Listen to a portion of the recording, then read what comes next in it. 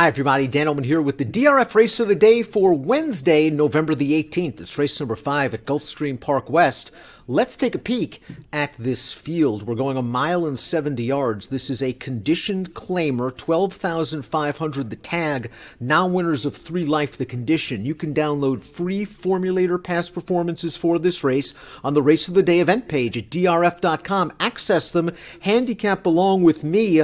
Let's throw up the Timeform US pace projector. I think this is going to be a very key element in assessing the winner of this race. I think this is going to be a jockey's race, several horses stretching out in distance, and I think the 5 Friendly Fella's tactical speed is going to make him tough. He's 9-5 on the morning line as he steps up sharp in class, but he has the speed to get to the front as he showed 3 starts back on turf going 2 turns in a gate-to-wire gambit. Now, if some of these other horses want to go, I can certainly see the 4, Tomer, being aggressively ridden. I would send the 1, Pure Crazy Dude, from his advantageous inside post to the lead. If those 2 horses are aggressive, it's nice to know that the 5 Friendly Fella can sit from off the pace if need be. The 1 is Pure Crazy Dude, expected to be up close to the pace, and he was up close to the pace last time out, going 6.5 furlongs, and that was a sharp pace. He pushed it in between horses, but just couldn't keep up with the leaders on the turn, dropped to the inside, finished evenly in between horses.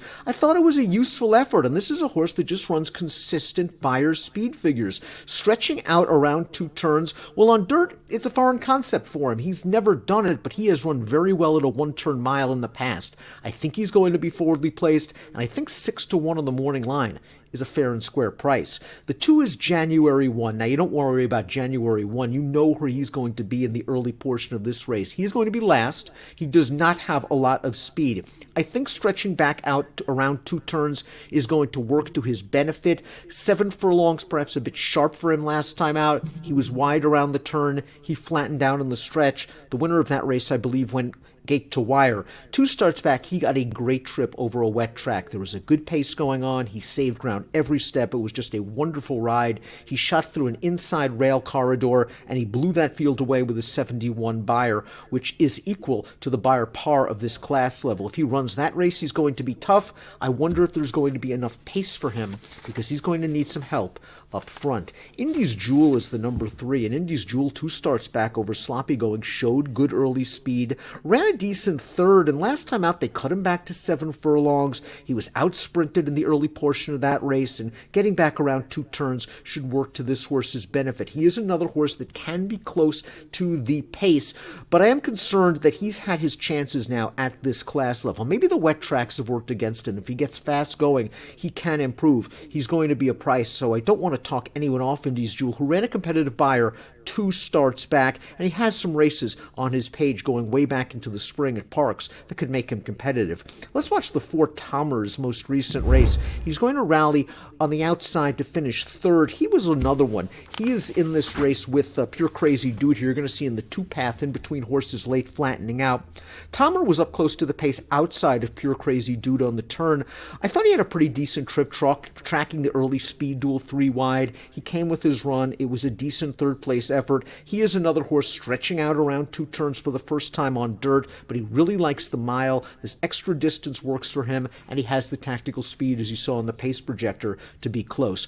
Let's watch Friendly Fella's most recent race. He won it with a 68 Beyer speed figure. He's lightly raced. He has upside potential. You will note, however, that this is a sloppy track. He doesn't change leads in the stretch. This is a horse that's in good form. Again, he has upside. He has tactical speed. He's likely to get a good trip, and he's comfortable around 2 turns. He's also stepping way up in class against better horses. 9-5 on the morning line just seems a little bit light for me, but I think he's probably the most likely winner if he runs back to his current form. The 6 is Budget Buster, and this is a horse you may not want to sleep on. I think 4-1's a little bit light for a horse that was 42-1 last time out at this level, but he ran very well that day. The jockey had a plan. He was very aggressive. He put this horse to the whip leaving the gate. He was up close to the pace, and he hung around for a piece.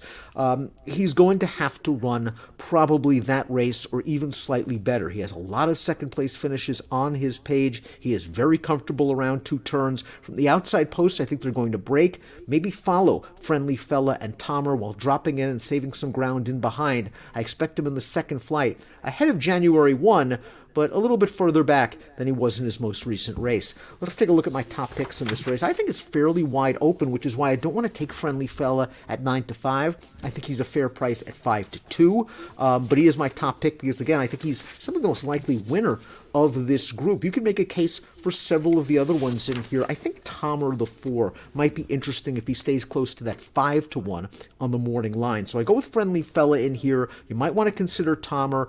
Keep an eye out and consider the pace scenario of this race. It could be a very important handicapping factor. Your Wednesday race of the day from Gulfstream West is the 5th. We're kicking off a 50-cent pick 4, and approximate post time is 2:33 Eastern. Good luck.